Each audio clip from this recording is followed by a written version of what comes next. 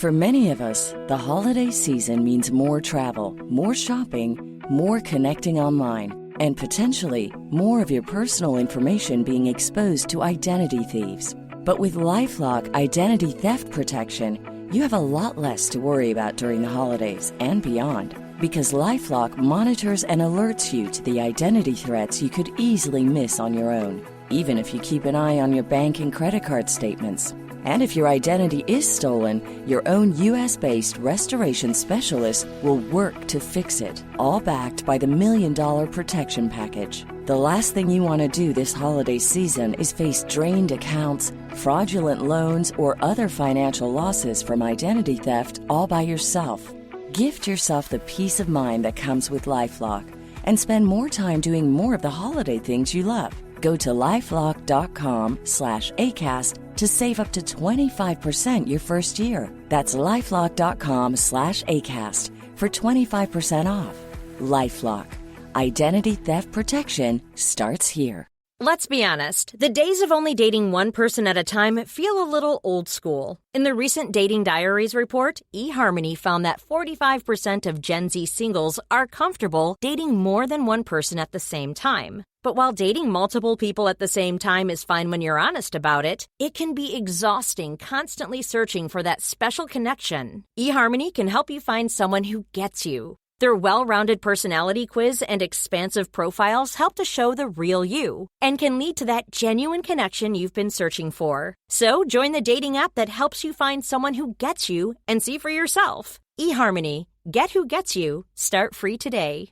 Hey, it's Ryan Reynolds, owner and user of Mint Mobile. And I am recording this message on my phone. I'm literally on my Mint phone. Why? Because fancy recording studios cost money. And if we spent money on things like that, we couldn't offer you screaming deals. Like if you sign up now for 3 months, you get 3 months free on every one of your plans, even unlimited. Visit mintmobile.com/switch. Limited time new customer offer. Activate within 45 days. Additional taxes, fees, and restrictions apply. Unlimited customers using more than 40 gigabytes per month will experience lower speeds. Video streams at 480p. See mintmobile.com for details. Hello and welcome to episode 176 of the world's first Paul Weller fan podcast. I'm Dan Jennings, and 10 years ago I gave up my life stream and career as a radio presenter with one big regret. Never getting to interview my hero, the legendary singer, songwriter and musician, Paul Weller. This podcast exists purely to solve that issue. Welcome to Desperately Seeking Paul. And on this episode of the podcast, we cross to Cape Town, where we find multi-award-winning film director, screenwriter, photographer, and musician Joe Connor on his latest top-secret shoot. Our discussion kicks off with the creation of his brilliant Sky Arts Wildwood documentary, a 2023 film that features the story behind the 1993 Paul Weller masterpiece as it celebrates its 30th anniversary. Joe also happened to create the unforgettable kaleidoscope-led music video for Brand New Toy in 2014, featuring Paul Weller, Ben Gordelier, and an actual build of a massive optical toy. 2018 saw Joe's first ever feature-length project hit cinema screens as he followed Paul Weller on his road to a landmark performance at the Royal Festival Hall. The film, May Love Travel With You, is not only utterly brilliant, it's also a celebration of Paul's True Meanings album and the concerts that led to the Other Aspects double album release. The film documents that stunning performance of the full album, along with plenty of deep cuts and Paul Weller classics, intercut with interviews with the man himself and an array of amazing collaborators. We'll hear from Joe about how this all began with a love of performance art, and how as a filmmaker he's created music videos for some of the biggest music stars on the planet. We're talking the Rolling Stones, Coldplay, Sam Smith, Harry Styles, Ellie Goulding, and Kylie Minogue, to name just a few. We'll really dig into his creative process and his love of telling stories through film and music, because we'll also dig into the story of his first album released under the pseudonym Vincent Sonder, which happened to be recorded at Paul Weller's Black Barn studio. This is an absolute corker of an episode. Let's get into it. Joe Connor, thanks for joining me. It's a pleasure. Thank you for having me. The magic of Zoom, I find you right now in Cape Town, where I can already see the reflection of the mirror in the background. You've got some good weather there, my friend, haven't you? Yeah, I'm just trying to avoid British winter. I've got a few projects to shoot, so I'm down here in Cape Town for a bit. Wise move, man. Wise move. As you'd expect from the podcast, I do my research, Joe, and the first thing I want to ask you about is a tweet that you sent where you said, "They say never meet your heroes unless your hero is Paul Weller. I can confirm he's a gent, a legend, and the most creative soul going." Yeah. Yeah, I mean, it's kind of funny. Like a load of people, I grew up listening to the Jam and the Star Council, and, you know, like I used to be in a band when I was a teenager, and we used to play Jam covers like in the city and things like that. And my brother, actually, my older brother, is a massive Weller fan. And so his music had always just been like in and around my life.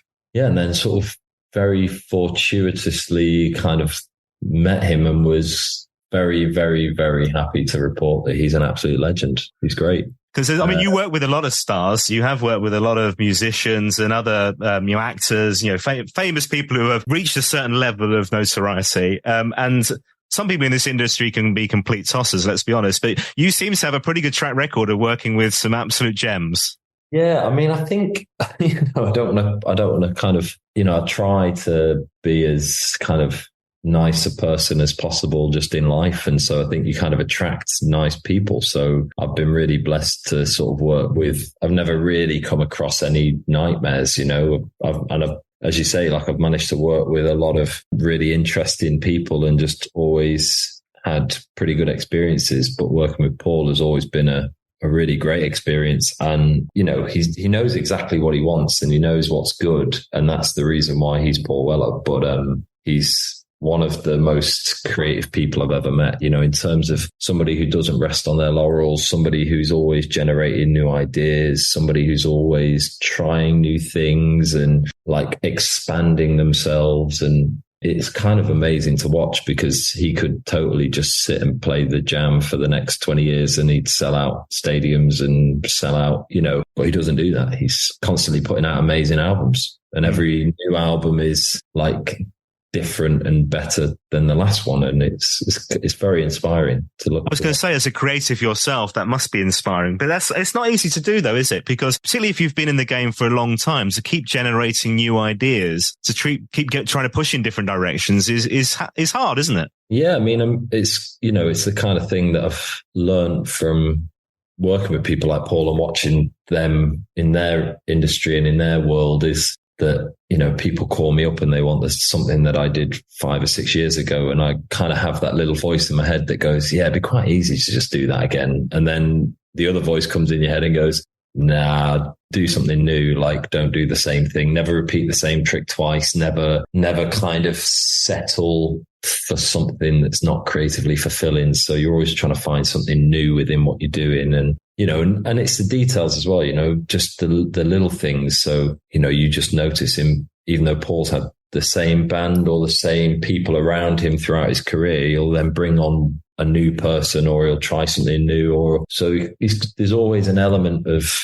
his work that I've kind of been inspired by where he's trying new things and new people, and that sort of gives him new results. So it's quite, but it's very easy to just slip into doing the same thing. So it's cool that he doesn't.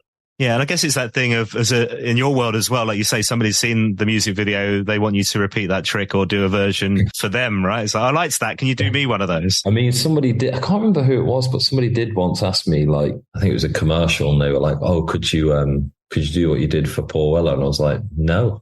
It was like, I did it for Paul Weller. I'm not going to do it for anyone else. It's like, it's like I built a 50-foot kaleidoscope for my hero. I'm not going to do it for something I don't care about. You have to be quite strong, and like, cause if I'd done it again, it'd dilute what I'd already done. So yeah, we'll talk about that brand new toy video, which was, I mean, this was in an age where the technology now, I don't know. Well, we'll talk about it. I don't know, because in my head, I'm thinking probably you wouldn't build the bloody thing nowadays, but we'll talk about that later. I want to kick into Wildwood first of all. So most recently, bang up to date, we've had this brilliant documentary of this magical album that's 30 years old now. And my discovery of Paul Weller was just before that. It was the first album, but this was, such a key part of me loving the music of this man was Wildwood. So to get this proper, like full length documentary the other week on Sky Arts was just magical, man. So how did you get involved in that? And take me through the process. So it was an absolute dream. A producer called Andrew Winter got in touch with me and runs a company called White Light. We were speaking just generally about music documentaries, and I really enjoyed doing the other aspects one for Paul. And I make music videos, I make commercials, I want to make feature films. I love making documentaries, I write music. So it's kind of, I'm always trying to play in lots of different spaces so that I don't become kind of confined or stale. So I was talking to him about like projects I'd like to do, or he was chatting to me about bands that were coming up with different projects that were maybe going to need a feature length documentary. And that chat just percolated into there might be an opportunity to make something for Paul. And I know that you know him, so how would you want to do another documentary about Paul? And I was like, I would absolutely jump at the chance to make a documentary about Paul again. And then he came back and said, it's, the anniversary of Wildwood. Would you want to make one about Wildwood? And Wildwood has always been like the Paul solo album that lives on my Spotify as current plays. It lives on my turntable at home, rarely taken off. It's just like the album that, I can still listen to it start to finish and never skip a track. And if I'm on a long drive, I put it on. It's just always been in my life as like an absolutely classic British album, an amazing piece of creativity. And, there's not many things that make me love being British, but I think Wildwood kind of taps into something that is so sort of cool about this weird island that we live on, which is just creativity and like storytelling and kind of modern folk music in a kind of, it's like Nick Drake or something like that. Nick Drake makes you so like buzzed to be English that music came out of here. And it's the same with Wildwood. So I was absolutely stoked. I jumped at the chance and we made it really quickly. From start to finish, it was only it was a couple of months. It was maybe a month, 6 weeks to get all the interviews together and to get the project together. And then I worked with a great editor called Alex, who really sort of shaped the project so well. And yeah, really just pleased about the way it came out, because I think we tried to tell a story that you don't normally tell in classic album kind of documentaries, which are usually like very navel gazing, like, oh, isn't it all amazing? Wasn't it fantastic? Isn't it and this is how we made it. And I think what I was trying to get is, what does that album mean? Like, what does it mean to the people that made it? And what does it feel like? And how does it kind of reflect the time that it was made, and also the place it was made, and all those kind of extra levels of narrative that I really wanted to try and put into a documentary like that. There's also this great story arc in a way where you get, obviously it's off the back of this first solo album, Paul having the rejected rejected album from the Style Council. So that coming to an end, him being without a record deal, him trying to find his groove, his mojo again. We get that first album, which doesn't do great business, but it is a return to form, if you like. And then Wildwood, and then it goes on to Stanley Road and this huge level of success, which he doesn't feel comfortable about, which he talks about in the documentary. It kind of, it getting to be too much in terms of fame. So Wildwood's a great example of it being in the middle of that storyline. Yeah, it's the kind of catapult. And I think that's what's so compelling as a viewer, is that what the story goes on to become. Like, that the next thing he makes is Stanley Road, and he kind of redefines a genre of music at a time, in the kind of quintessential Britpop era. And the success of that album, and then subsequent successes. And I think Paul's trajectory completely escalates from that point. But there's something so special about that little moment. Someone once told me this amazing phrase, which I always loved, which is that you can only take a photo of the Eiffel Tower half built once. Like, once it's built, it's built. you can't go back in time and see it half built again. And I think what the nice thing about this documentary is, it's like going back to a time when Paul Weller, we know now in the modern era, this sort of third wave of career as a solo artist. He was building it at the time of making this album. He was trying to work out what his sound was. He was trying to work out how he was going to be as a solo artist. And it was it's really cool to go back to all the archives and to talk to the people and kind of get a summation of how he managed to find a really rich vein of gold again. That must have been so lovely to speak to those people. I mean, many of them have been on the podcast, and I've had that joy of the experience of chatting to them about their memories as well. But you're getting people like Andy McDonald, Jacko Peak, Steve White. As a fan, that must be a real buzz for you as well. But they all played such a key role in the creation of that album. Yeah, and I think that's one of like Paul's strengths, I think, is that he has this magnetic quality of like galvanizing people around an idea or a feeling, and he's so decisive about what it should be or what it could be, but then also so open to like other people's inputs. So like one of the nice things on the documentary was when Steve was talking about, some of the drum beats and how they would come out of jams in sound checks, that they would be kind of jamming tracks that he was writing while they were playing the first album. And it was only during one of the sound checks that Paul was like, yeah, that's it. That's the drum beat for this song, or that's the drum beat for, I think it's really cool that kind of freedom and spontaneity is kind of allowed. We're not allowed, but you feel like, I suppose now modern music is so, everybody's recording everything all the time, so that kind of loose percolation of ideas is less apparent nowadays. So the fact that they wrote the iconic drum beat for Sunflower just in a sound check, and Paul's like, yeah, that's it. That's it. That's a drum beat. It was amazing to listen to. Also, looking back through that archive footage and seeing that on the screen, but I also love the way it was all put together and edited together. So when you watch a song like Wildwood, you'd hear the song, but you'd be seeing different performances from different moments in that story all cut together. It was a beautiful bit of editing, that. Yeah, I mean, that is really the strength of Alex, the editor. I mean, because it's hard to find an editor for like long form music documentaries, which sounds like an oxymoron, that, but a red herring, but it's not. It's, because they're long, they take a lot of time. They're a labor of love. And as an editor, it's like, in the space of time that it's taking to do a feature length documentary, you could have done 4 or 5 projects, and you've really got to like the project and love the project in order to kind of stick with it for how long it needs to be done for. And I'd never worked with Alex before, but I put a little call out for anyone that was a fan that within my sphere, within my kind of contacts. And he came out just saying like, look, I love Paul Weller. I'd love to get involved. And he absolutely smashed that edit.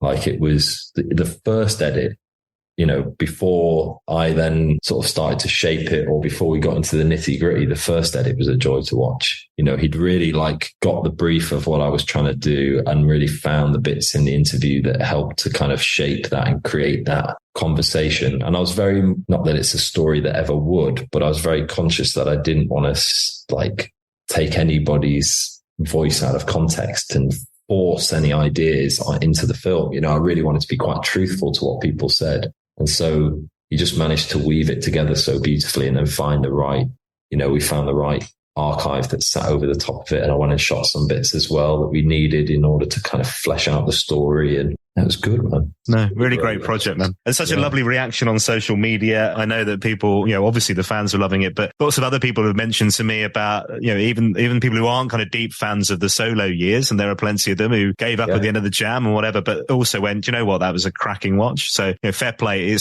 stands up as a film on its own, which is really great. Well, I think they become like, I can imagine that like albums like that, they're almost like museum pieces. They sit they kind of culturally, we sort of have them as like these things that we don't feel are still, I don't know, we kind of forget how amazing certain albums are and how incredible and relevant they still are. I think, Lawrence Watson says an amazing thing in the documentary where he says great artists are always way ahead of everyone else. And it's only, it's the job of the listener to catch up with the artist rather than the artist to come down to the listener. And I think you put on you put on Wildwood and you walk through any town in England or any town in the world, really, actually, but certainly in England. And there's something within that music that's encoded with it that just like really resonates with the experience of just living on this planet, even like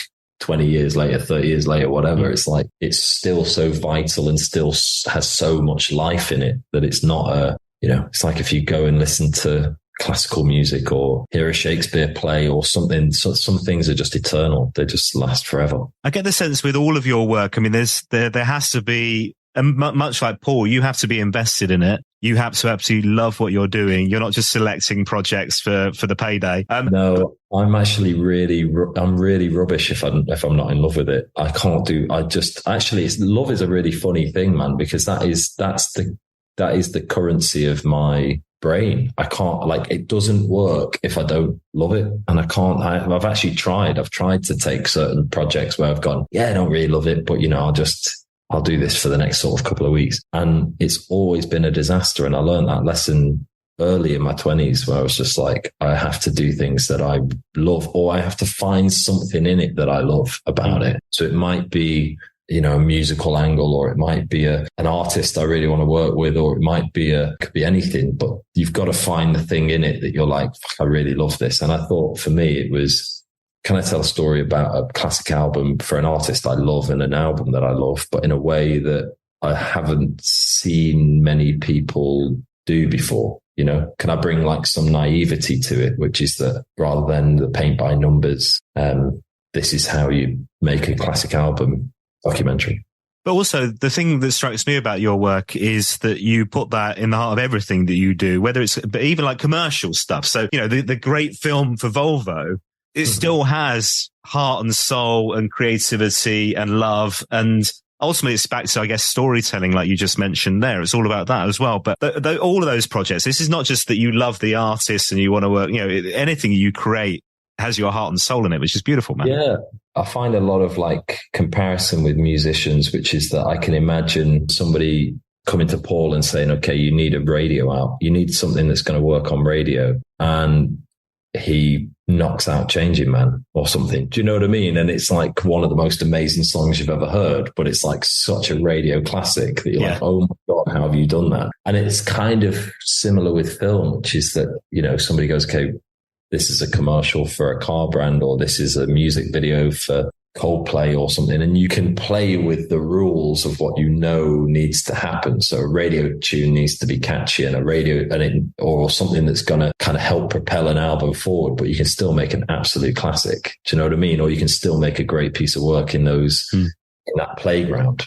So I kind of enjoy doing that, if it's a car ad, you don't rest on your laurels. You just try and find a new creative way of playing with what's been done before and what's expected of you. Because there's always a brief. In my world, there's always a brief of we need to see the artist, or we need to see the car, or we need to see this. And you're like, okay, how can I do that, but make it so that it catches people in a fresh way? And I don't really like shouting at people, quite a quiet. Well, I'm not a quiet character. I'm a bonkers character, but I'm quiet in my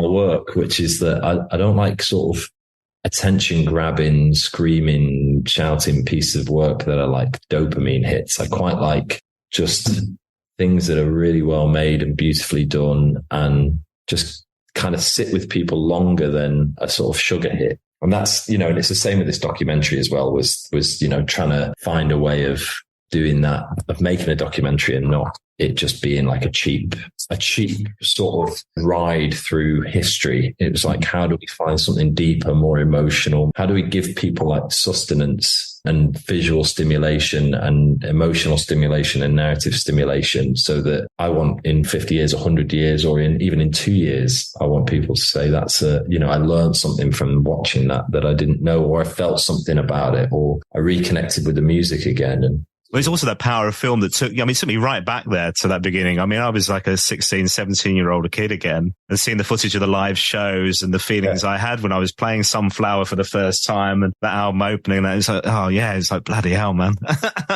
Andy was telling me that he met his wife, who I then met while we were making this documentary. She's amazing. He met his wife, I think, at one of the press evenings or press events for this album for Wildwood that he was putting out. And so to him, this album is like monumental because he met his wife there. He's been married to her, forever. So he's like, the kind of sharing that story where you realize that these albums become real markers for people's lives and they kind of soundtrack them. And certainly this album, it's like the numbers it did and how much it's just seeped into the consciousness that it is totally like the score of of generations, even like new ones, One of the things that came up in research as I was reading about you fascinated me. It was the job that you had as a projectionist, which leads into this, almost like a forced love of film, because you're having to watch films like 3 times a night, 7 days a week, right? Yeah.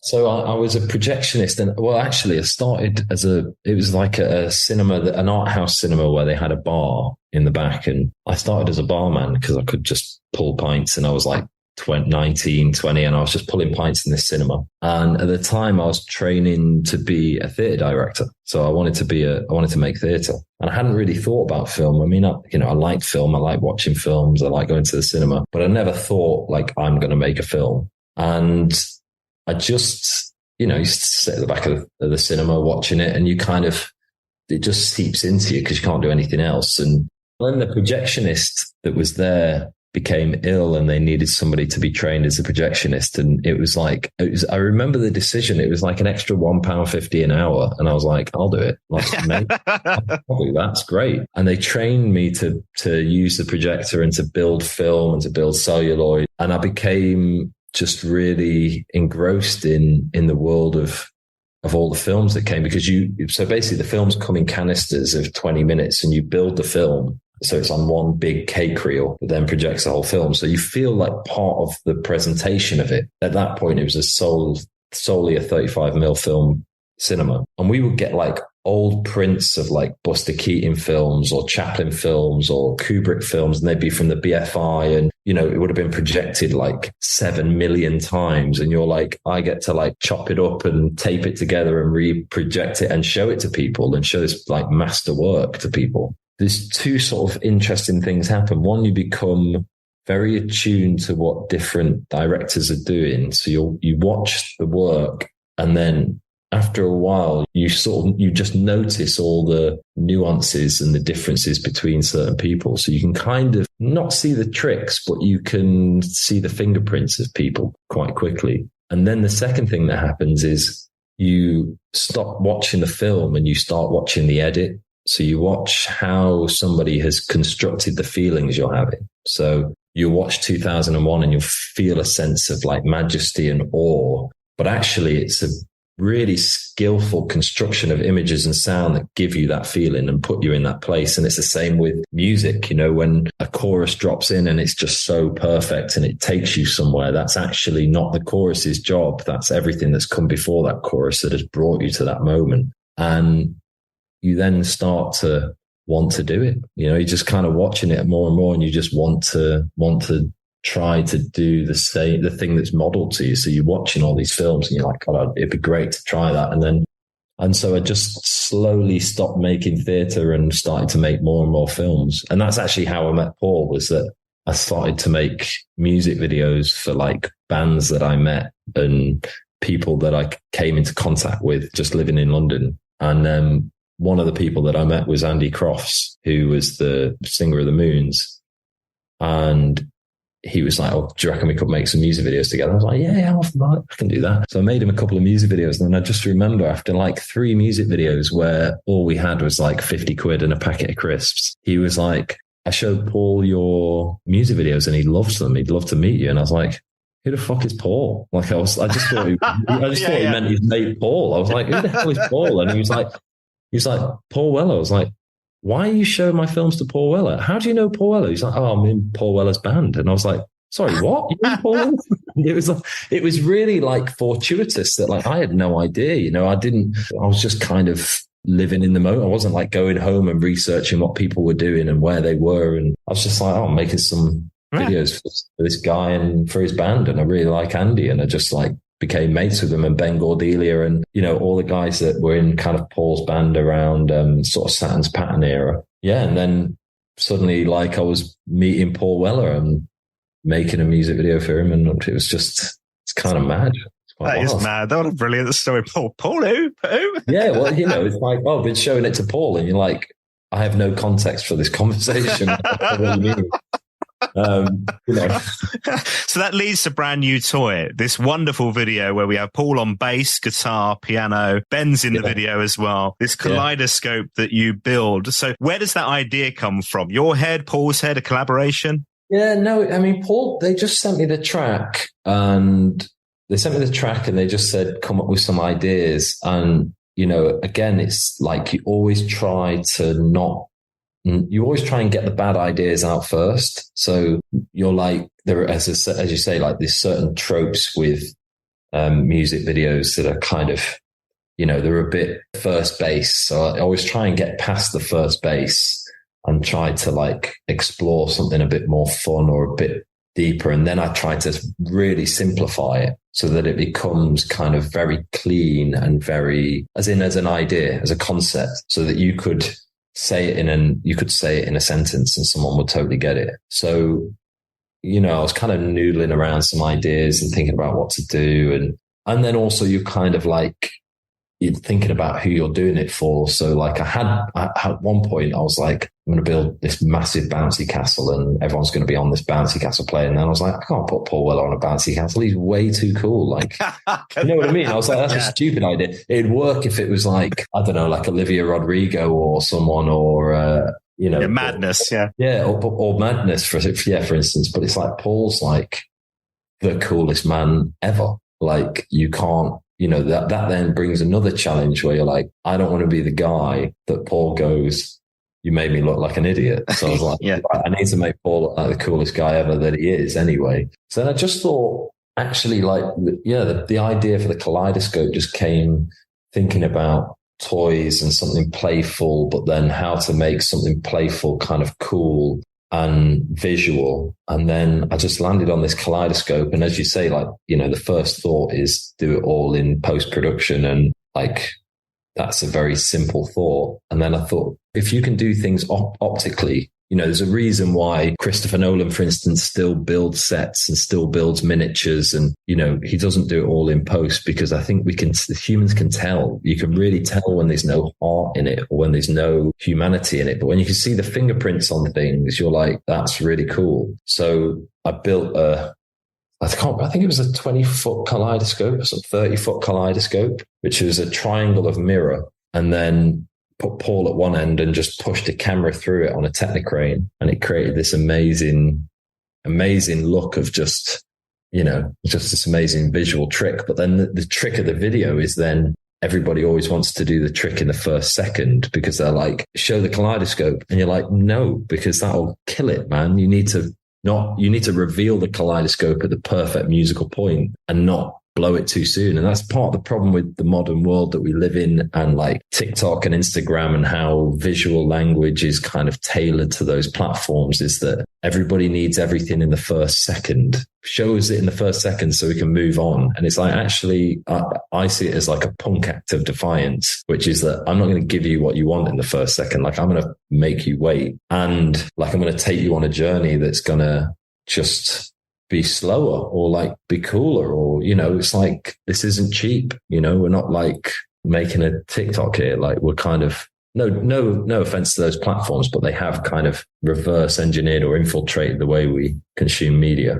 Well, it's all about the first 3 seconds, isn't it? Yeah, exactly. It's like, avoiding the skip. Yeah. But I think if you can somehow still catch people and like hold them and change them, subvert them, surprise them. And, you know, you're in a cooler place, I think, a much cooler space. So, then the trick was how to not show the kaleidoscope until it was the time to show it, which I think was the first chorus. Yes, he looks cool. I mean, Ben looks cool as well. And I'm imagining that you're not having to do wardrobe for Paul Weller on a shoot like that, are you? He's bringing his own togs in, right? great. I mean, he's the most well-dressed man I've ever met in my life. He's like sartorially just excellent. So yeah, he just turned up like that, which is amazing. You know, you're like, sometimes people turn up to shoots and you're like, oh my God, like we need you know, the stylist has got their work cut out. We need a miracle, yeah. yeah. Or like, you know, you're like, good job, we got a really good stylist on this. But I don't even think we had a stylist on Brand New Toy. It was just Paul just turned up in his gear and he just looks amazing. Isn't that brilliant? Wow. Now, this leads into loads of other work, but one of the things I want to touch on from a Weller point of view is your first ever feature-length project. Yeah. We mentioned it a little while ago. So May Love Travel With You was the film as part of other aspects. This brilliant concert at the Royal Festival Hall with Hannah Peel and the orchestra, and you making a documentary following Paul on the road for that concert, or those concerts. I mean, and it was a similar kind of approach, which is that a concert film, you know, we've all seen millions of concert films and it's like the whole concerts exist on YouTube now. You can just sit and watch them and they're a very pleasant experience. But again, I was thinking I wanted to create a film that really caught someone like Paul in a situation that he was uncomfortable in. You know, well, he was. He's comfortable everywhere, but I think he'd never done anything like that before, where he'd stripped his music down. He worked with an orchestra. He was working with Hannah, who is like an incredible artist, and you know how that symbiosis between a rock band and rock players with classical players and a classical kind of knowledge. How they work together was something that Paul had kind of not really done a lot of, and certainly not in front of people. You know, I'm sure he'd done it in a studio, but there's something about doing it live in front of people. And, you know, it created an inherent drama that I kind of leaned into and thought, I'm going to like explore this more. And that's why it then turned into this kind of episodic chapter where we hear 3 songs and then we see a bit more of the creation of it and then hear 3 more songs and the creation of it. And it just became a richer project for it. Yeah, that tension really makes the film because you get that almost like the fear in their eyes of what they've signed up to in a way. It's like, we came up with this mad idea, a bit like the kaleidoscope, I suppose. Came up with this mad idea. We now need to deliver it. You can see that on each of the musicians' faces when Steve Craddock's talking and all that, you know, they're going, fuck, this is big, man. and it also, like, you know, that album, you know, I think that album's amazing. I think it's a really, really beautiful album. And it really opens up the end when he plays tracks like Books or he plays May Love Travel With You. You feel like you've gone on this journey with this character. And like, I certainly had like when I watch it, I have this kind of feeling of elation and beauty about it, that you kind of, you know, the music seems to translate more because you've gone on this journey with them rather than just watching it straight from beginning to end. And I was really proud with how that one came out. It's also that vulnerability is something that you wouldn't expect of a musician of that caliber, of that many years. You know, I don't want to use the word vintage, but I can't think of anything else. But, you know, he's been in the industry for like 50 years working in music now. And, you know, but to still have that vulnerability, that anxiety about what he's going into is that story. But again, it comes back to storytelling, doesn't it? The story you're telling, that arc through what was a magnificent performance when we get to the end of it. But the journey you take us on is lovely. I hope Paul won't mind me putting words in his mouth, but, you know, one of the things that I've heard him talk about is that he doesn't necessarily think about how the mechanics of how he's doing what he's doing. He's kind of like, you know, I think Jacko in the documentary sort of says he's like or it might be Mickey. They sort of say he's like a carpenter, you know, he's just making a chair. And to Paul Weller, he's just like making songs and he doesn't really know how he's making them or why he's making them. And he's not really like thinking too much about it or pouring himself over it too much. It's like for him, he's just an amazing craftsman that is making something like a chair that works really well. And so you can see he kind of puts himself in these positions as ways to kind of keep himself creatively stimulated, so he's not just like doing the same thing over and over again, but he's coming across new challenges and new ways of doing it. There must have been that wonderful thing of you, the former projectionist, seeing that film on the big screen. Yeah, it was amazing. I know, it was brilliant. It was really good. Yeah, it's always a thrill, actually, when even like if you make a commercial and it's on in the cinema and you see it before a film, or if you know, and projecting into the future, if anybody ever lets me make if you ever get the chance to sort of make something long form that's dramatic, it's always a thrill when you when you see things presented. And I think it's something that we've lost in the streaming world, is the kind of presentation and curation of work. It's like you go on Netflix and seminal pieces of work are next to like Made in Chelsea, and you're like, how do they sit next to each other? And it's the problem with not having great record stores at the minute. It's like you go on Spotify and it's like, what used to be great, we should go into a good independent record store and you talk to the person about their taste and what's coming up and what's great and what you should try, and you like this, so you should try that. And we've kind of lost that curation of experience with streaming, where now there's an algorithm that's like, you like this, so we're just going to feed you more of that. And you don't get to abstract your own taste so much. So it's, it's nice to go to the cinema or good independent cinemas. And, we're blessed in London, and there's a few around the country, which is, there's a curation of what gets put on there, and you kind of trust the taste of the place and you'll go and give it a go. And I think it's an experience across music and film and theatre and good live bars, that book good acts, like that are grassroots acts. It's kind of, we've sort of lost this ability to properly present and curate our work. So it's always a pleasure when we can see it,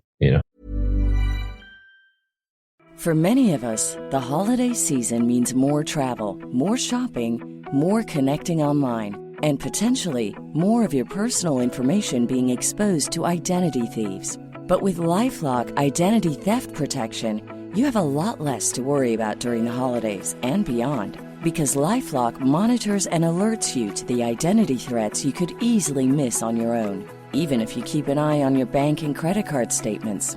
And if your identity is stolen, your own U.S.-based restoration specialist will work to fix it, all backed by the $1 Million Protection Package. The last thing you want to do this holiday season is face drained accounts, fraudulent loans, or other financial losses from identity theft all by yourself. Gift yourself the peace of mind that comes with LifeLock and spend more time doing more of the holiday things you love. Go to LifeLock.com/ACAST to save up to 25% your first year. That's LifeLock.com/ACAST for 25% off. LifeLock.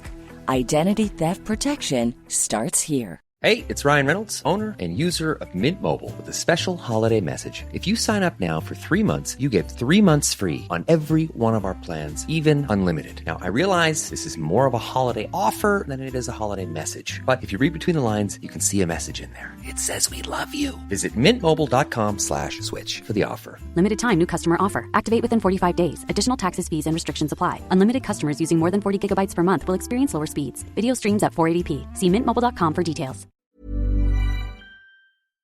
It struck me during the pandemic, the lockdown periods where we couldn't go out to gigs, we couldn't go out to the cinema, we were starved of it, and we suddenly missed it. But it feels like we're now back out of that, and we haven't embraced cinema in the same way as we did previously because of those streaming platforms. But that value mechanism seems to have disappeared as well. We don't value those things as much as perhaps we used to. Yeah, and I mean, I think it's also like, if you put it in a musical context, like musicians that are like eternal, that you love, like the Beatles or Bowie, it's like they never made the same album twice. They never did the same trick twice. They always surprised you as a listener, and it's the same with Paul as well. And you're excited to hear what the next thing is. And I think now in modern cinema, if you look at the pinnacle, at the apex of modern cinema, like what is at the top of the tree, you'd be hard pushed to not say it's Marvel films and DC films. What's the difference between two of them? What's the difference between a Captain America film and an Iron Man film, apart from, a couple of characters? But the film is always, the mechanism of it is always the same. And you could say, what's the difference between modern musicians, their past album and their current album? And if you're talking about the very, very apex of kind of commercial music, I was very happy to see that kind of Taylor Swift pushed herself to work with Aaron Dessner from The National and Justin Vernon and try something new. And she made some amazing albums, like Folklore's a cool album. I'm not a Taylor Swift fan, but I'm I love music enough and I love people doing things differently enough to be like, that's cool that you did that. It's really cool.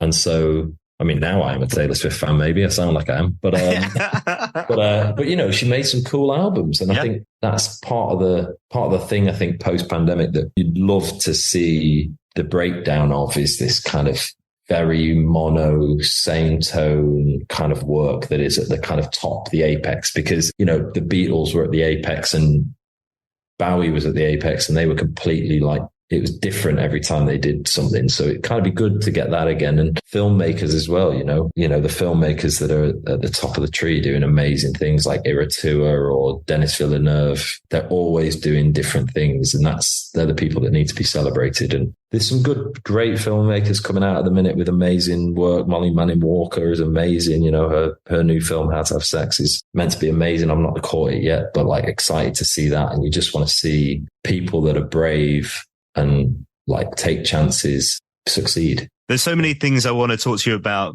We'll put details in the show notes. People have to look up these videos for things like, you know, the amazing video you created during lockdown for the Rolling Stones, the great work on the Maccabees, the Elephant and Castle trilogy, Coldplay you mentioned earlier on, the fabulous Everglow film that didn't get released but then did, all these wonderful stories. But I'm aware that you're a busy man, so I want to ask you about... I'm happy to chat. Let me ask you about the Stones, because I mean, that must, as you talk about the apex, these guys have just, you know, been back number one again recently with their first album in Lord knows how long. You got to make this incredible film for them during the pandemic, during this worldwide lockdown, which is just an amazing piece of work. Yeah, I mean, so again, it's that thing of like how to take something and do something different was that. And well, actually, the story of that is that I thought the circus was over. So when COVID hit, I was like, I've kind of lived in the circus for a very long time and I don't really know how to do anything else. So I was like, it's a real problem that this kind of world's over because I don't know how to get a normal job. Like, what do I do for a normal job? Like, you know, I've like managed to make this kind of life of just creating things and telling stories. And I remember sort of telling my girlfriend, I was like, do you reckon I could be an Amazon driver? And she was like, you can barely drive yourself anywhere. She was like, you can't be an Amazon driver. You'll be the worst. You will stop on everyone's doorstep and talk to every single person. You'll never deliver anything. You'll be like, you know, making up stories about packages that you're delivering and stuff. She was like, you'll be the worst driver ever. But I really thought that the circus was over, like we all did. I was like, oh my God, the world's ended. And then it's that like absolute fortuitous luck that I got a call from someone at a record label from Polydor that I'd done a Coldplay through them, and they called me and said, we got a project, needs to shoot very quickly, need to think of a really cool idea. Would you be into it? And I was like, absolutely. But who is it for? They were like, it's for the Rolling Stones. Do you think you could sort of get something? Could you get something to Mick in a couple of days? And I was like, what?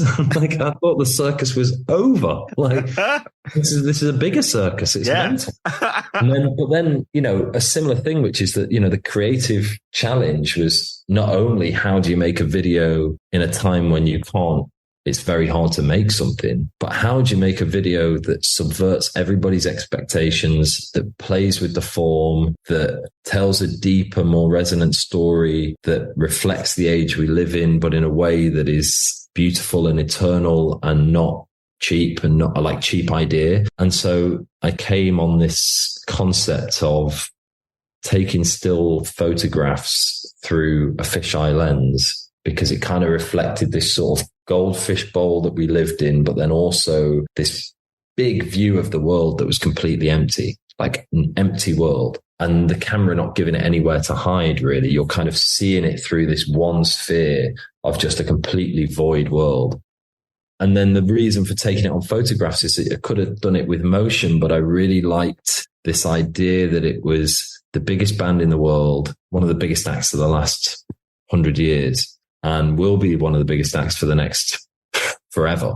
And I really like the idea of making something kind of lo-fi that had a lo-fi quality, because I thought I could make a really polished thing for this, but it would in some ways undermine itself, because they're the original rock and roll bad boys. They're like, this is Keith Richards, this is Mick Jagger. This isn't like some pristine manufactured entity. So I wanted it to have this kind of janky, bonkers sort of feel to it, so that you were always on edge when watching it, and you never knew if the camera was going to fall over or who the person was that was doing the photographs. And then I wanted it to be a global story. So then I posted the lens to a load of mates around the world. So I had people in Osaka, Japan, Cape Town, LA. And I purposely kind of picked weird places. So I didn't pick like New York, Paris, Berlin, because I thought we've seen them. So I picked like a mate in Toronto,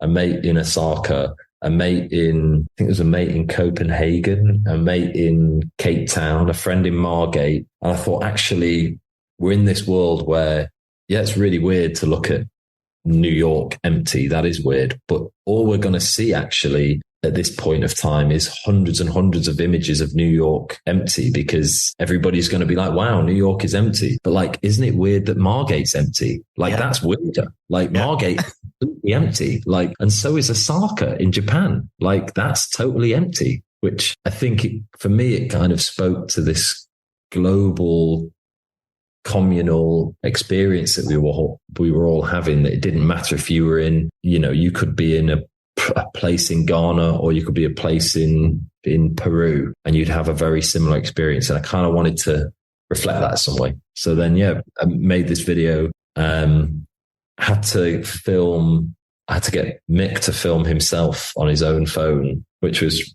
really weird. And then he sent me the rushes, because I edited it on my kitchen table, and it was quite weird being like, okay, Mick's going to send you his footage from his phone. And I was like, this is so weird right now. It was absolutely bonkers. And then, the video went and did really, really well. And then recently the BFI acquired it into their archives as like a piece of cultural importance for both it's showing a time and a place, but then also because it was the Rolling Stones as well. And it kind of just, your work kind of then lives in this. Like preserved forever.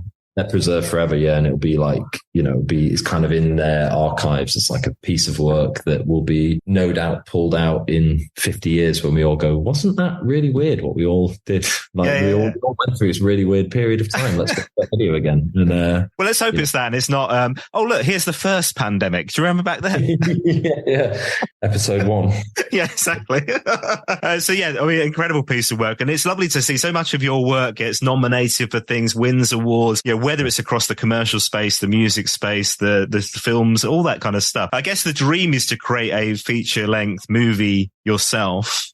Is that a goal? Yeah, it is a massive goal. And, I'm always writing scripts and ideas. And I've always liked artists that can move around a bit, and not be stuck in one pigeonhole. And it's a blessing and a curse, because half the time, like when I meet people, they're like, what, you do a lot of weird shit, you do a lot of weird stuff, man. Like, what do you do? And I'm like, I don't know. I just sort of travel around making things, and I'm not really sure. And I'm quite happy to work on huge projects that have all the toys and all the kind of prestige. And then the next thing I'll do is a very small thing where I'll just literally I made a couple of shorts this year that were just me and a camera and an actor. And we just went out and made something. And I think I'm quite happy to keep myself as fresh as I can. And, the dream would be to make a feature film, but then the dream would also to continue to make music videos and commercials and documentaries and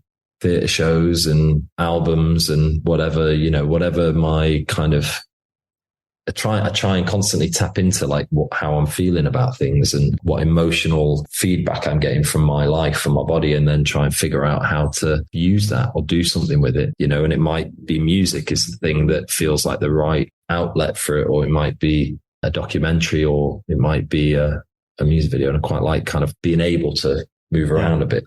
I've worked with a lot of creative people in my life, continue to do so. I work for a media agency these days. And how do you tame the voices in your head? Are you one of those? Because the creatives always see there's so much going on inside that brain. I don't know how your head doesn't explode, man. As I said before, like I try and be very quiet in my work. Like I always grew up as a very loud kid. Like I had a lot of like energy. I was always the person that had like the kind of class clown, or the sort of, it's just basically riddled with like, energy and hyperactivity, and my brain's always been ticking and always been whirring. And I found that if I can try and channel, it's a life goal as well, if I can try and channel a kind of more meditative approach to my work and like try and think about it more and I've actually found it a really great way of like quietening myself down and calming myself down and quietening life so that I can kind of deal with it. You know, I can kind of understand it and get to know it and have a nice experience. So it's not completely like bonkers forever. And so I found just approaching things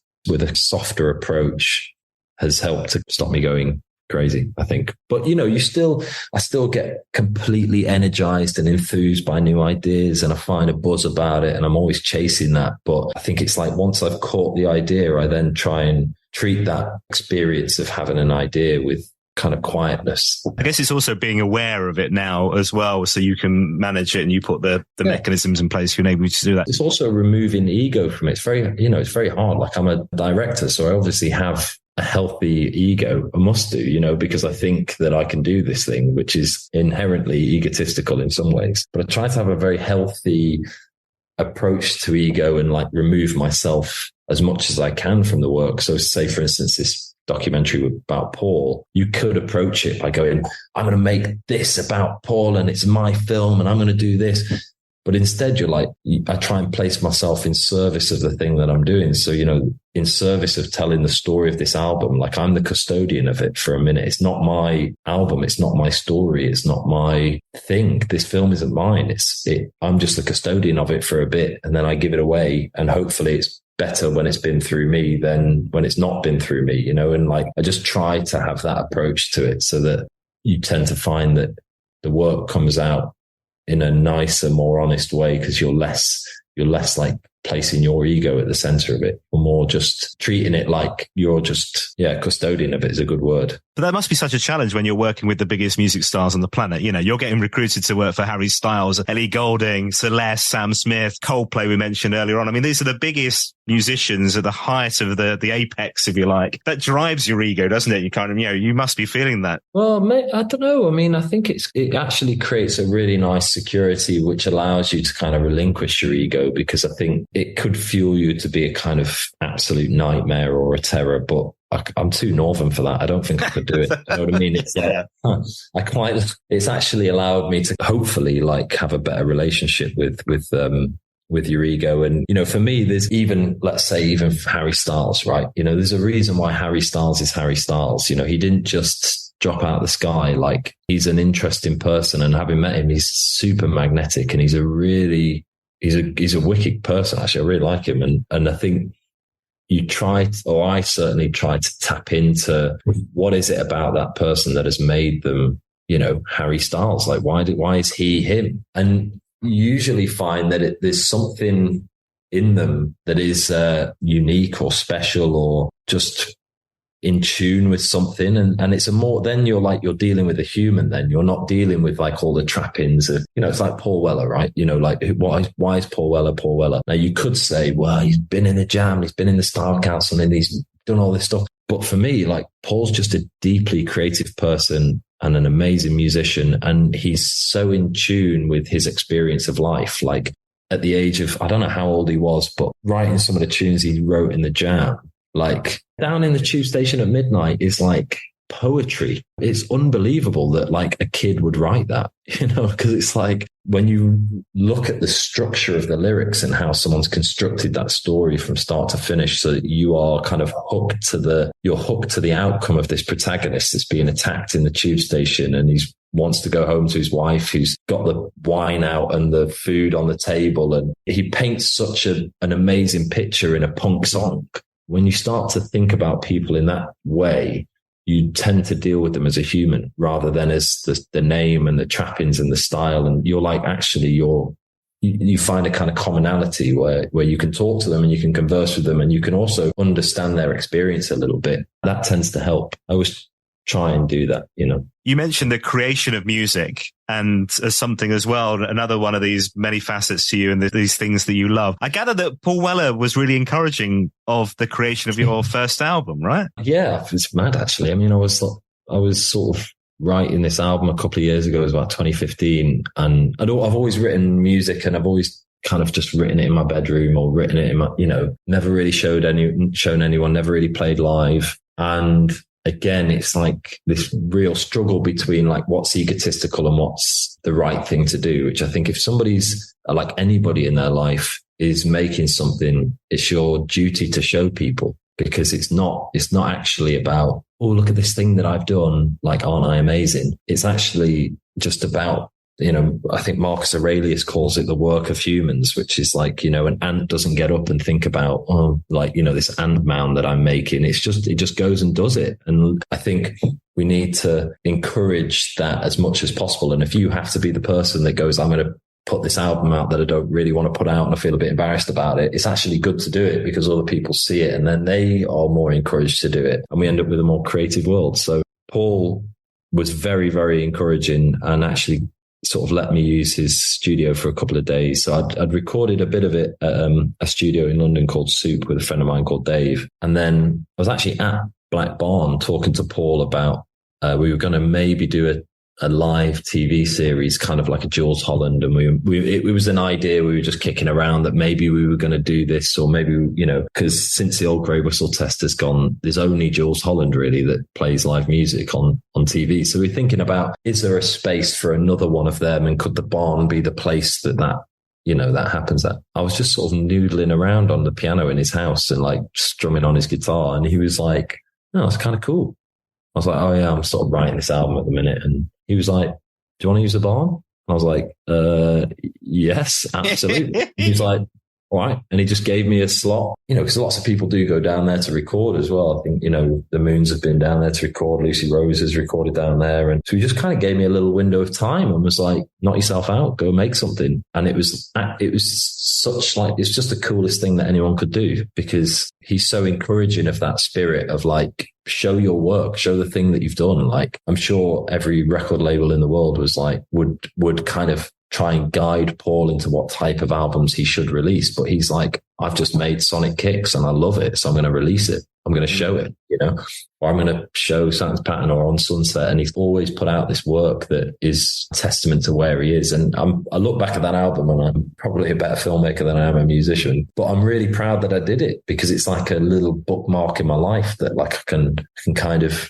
revisit again. And this was more of a folky album, but there's another one on the way, which is taking you in a different route with a director mate of yours, right? Yeah. So I made this album under a pseudonym called Vincent Sonder. Vincent's my middle name, and I just kind of made this folk album, which has always been what I've written, which is guitar and piano based, very Nick Drake, very Wildwood. Actually, it's that kind of world. And I tried to make a second one during the pandemic, and I thought I'd sit down, and I've got some tunes kicking around. I'll sit down and try and record a new album. And I just couldn't do it.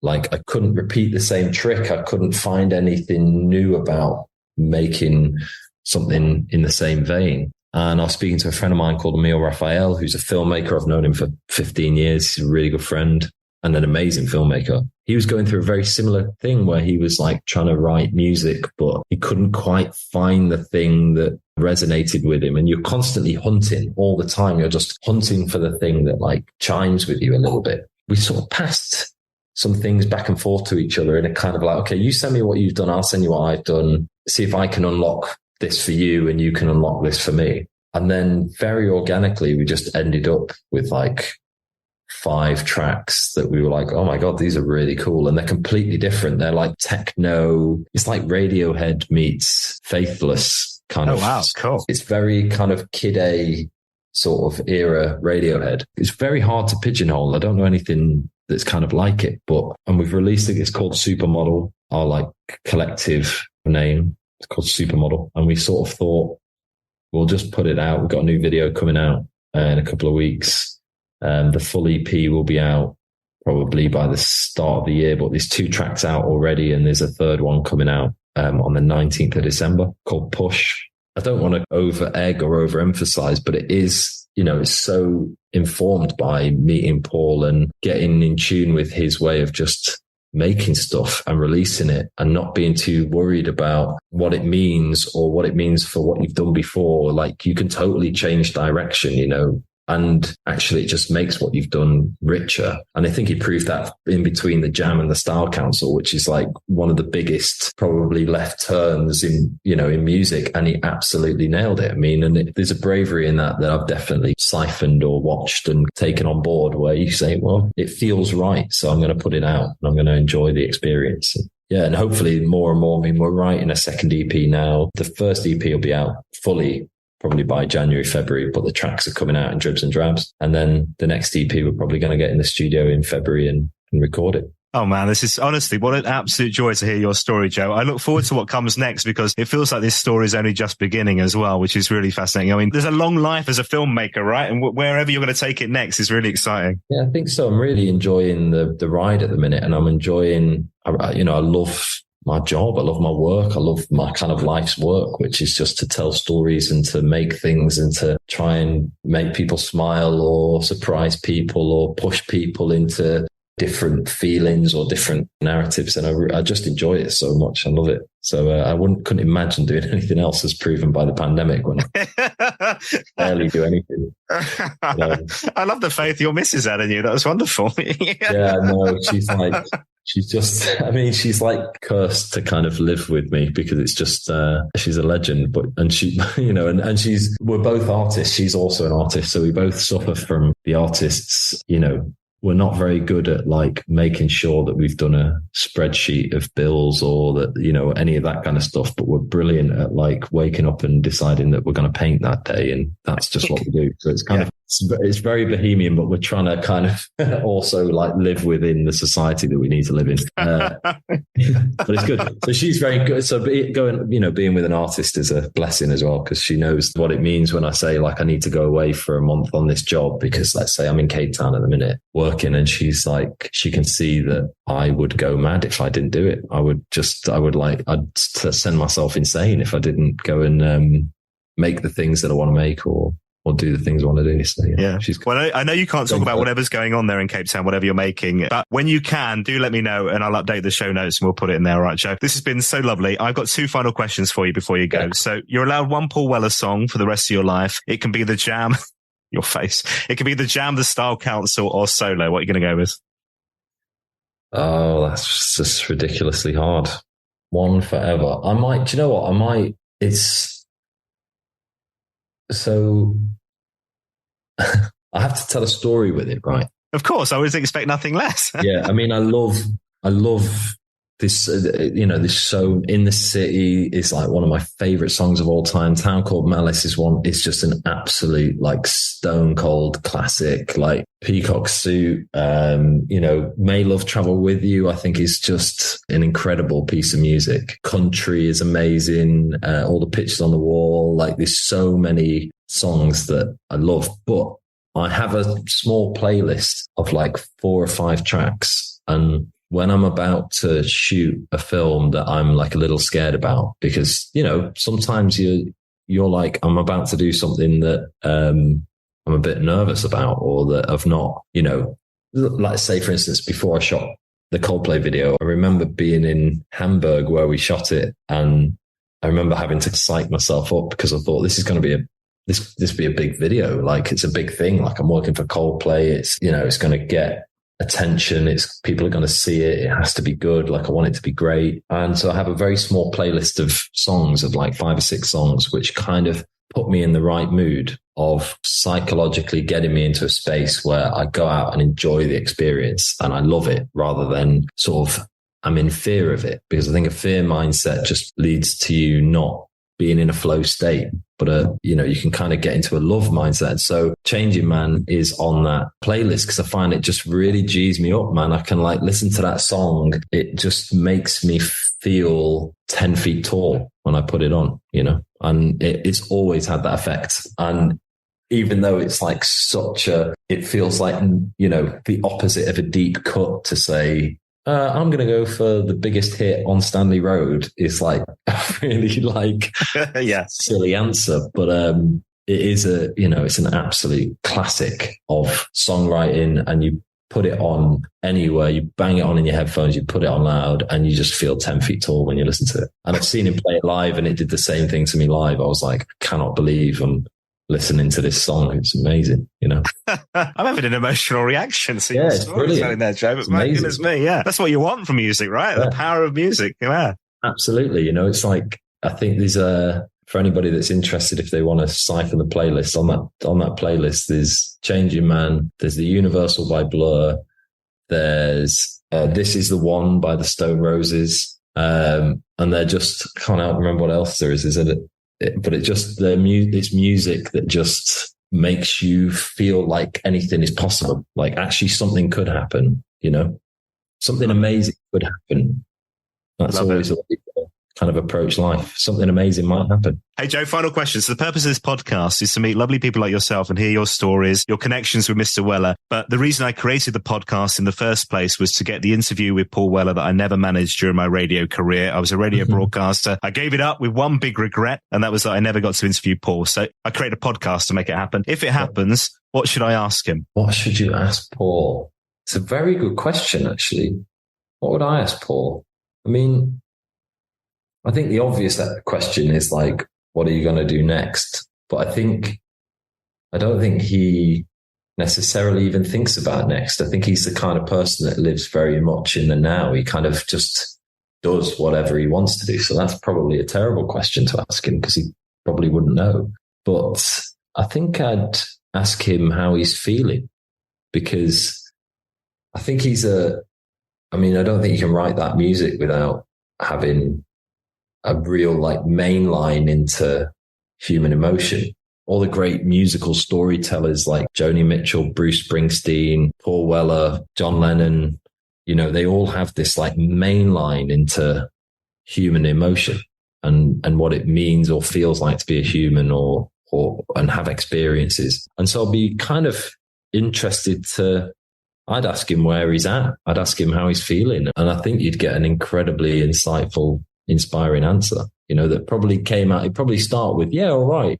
And then it'd probably go into something incredibly kind of insightful and very succinctly. That's another skill he has, is he can take super complex emotions and just deliver it in a line that you're like, oh my God, I can't believe you've kind of summed up like, you do something to me. It's like you've just summed up the whole human experience of love in one line. It's absolutely mental. You can do that. Joe, this has been such a joy. Thank you so much for sharing your experience with us on the podcast. Much appreciated.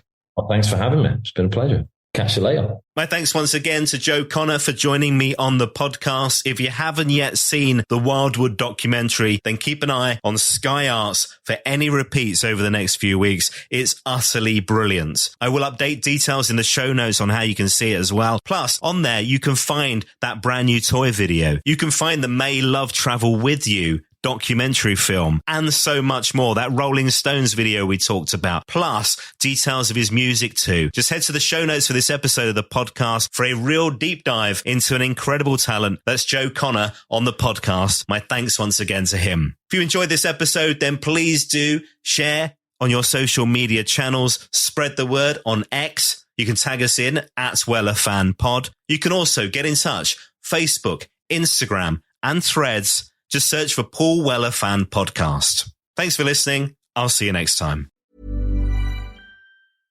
It's hard to find the perfect holiday gift, but Osea's Super Glow Body Set might just be it. This limited edition 3-piece kit has everything they need to exfoliate, hydrate, and glow all over. Featuring Osea's best-selling Undaria Algae Body Oil, Body Polish, and Body Butter, it's sure to please everyone on your list, from your most discerning relative to your most deserving BFF. The best part? It's packed in a box so beautiful, you can skip the gift wrapping. Osea has been creating seaweed-infused skincare for nearly 30 years. Every product is crafted with ingredients that are clean, vegan, cruelty-free, and climate-neutral, so you never have to choose between your best values and your best skin. For a gift that will impress this holiday season, give Osea's Super Glow Body Set. Right now, you can get the Super Glow Body Set valued at $126 for only $79 when you use code GIFT at OseaMalibu.com. That's code GIFT at OSEAMalibu.com.